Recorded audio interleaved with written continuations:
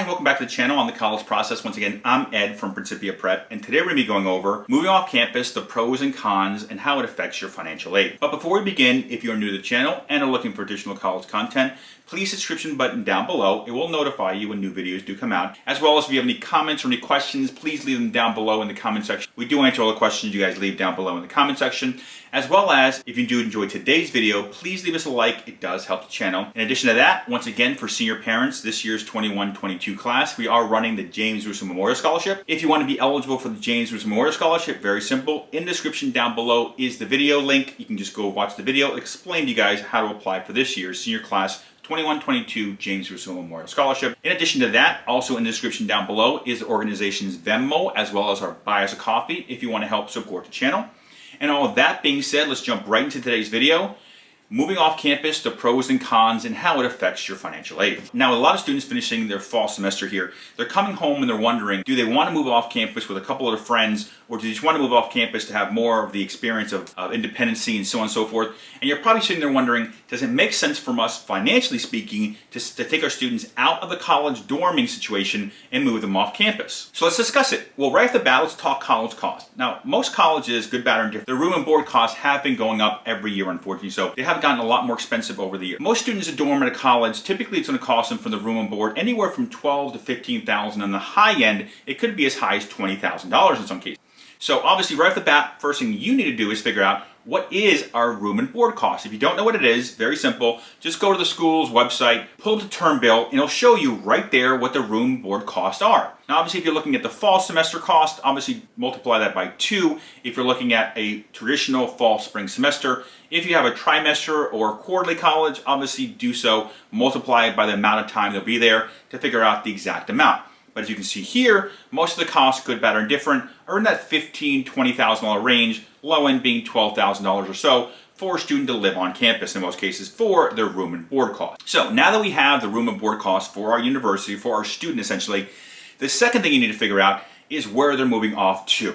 Now, most students move off campus typically within about 10-15 minutes with a bunch of friends. They'll rent a house essentially, or they'll rent an apartment, and most of the time the breakdown comes down to be between rent, utilities, and everything else. Most of the time your student's looking to pay somewhere between $700 to $800 a month throughout that 1-year lease they sign with that organization, or through off-campus housing or a private landlord.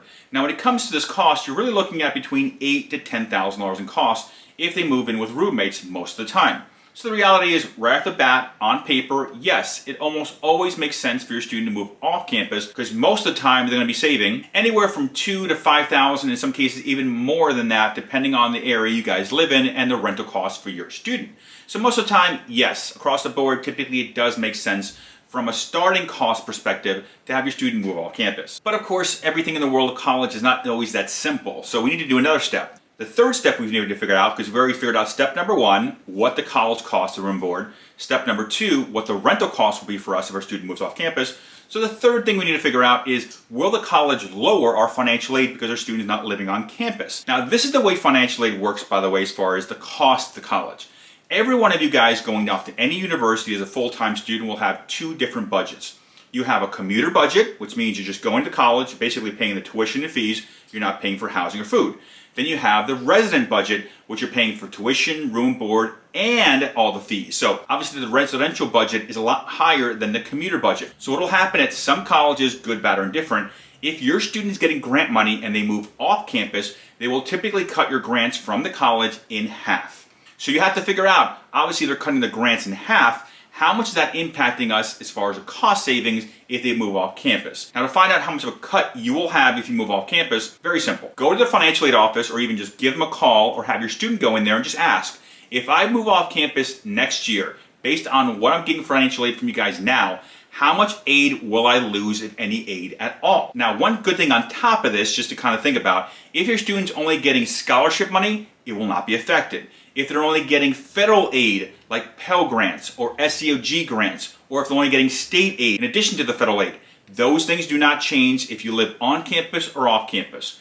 It only changes the school's own institutional grant money. But of course, it's best to send your student in there or give that school a call or yourself go into the financial aid office and ask, if we move off campus, how much aid will be taken away or will no aid be changing at all? it's good to know that before you sign that lease agreement, just in case you see there's a big drop in the aid. Because if you know it's going to cost you to send your student off to live on that campus, their room and board cost, let's say it's $15,000, and they want to move off campus and everything included with their roommates and everything else is going to cost roughly $10,000 a year. So you only have $5,000 of savings there.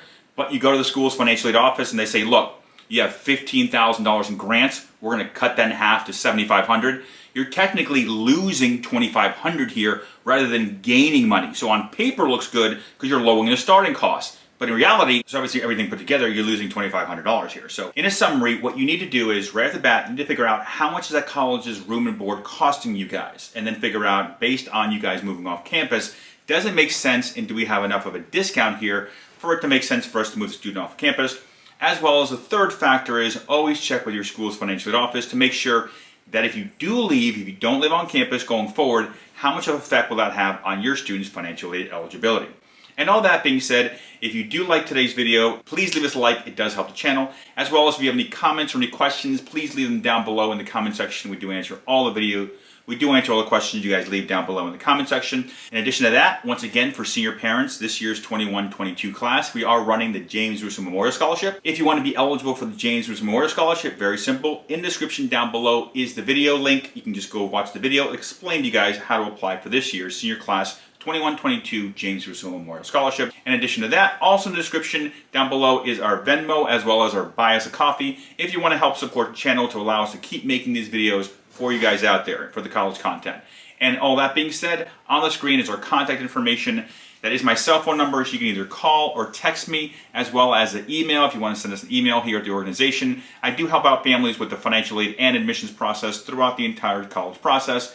And other than that, once again, my name is Ed Zamora from Principia Prep. Thank you for watching today's video.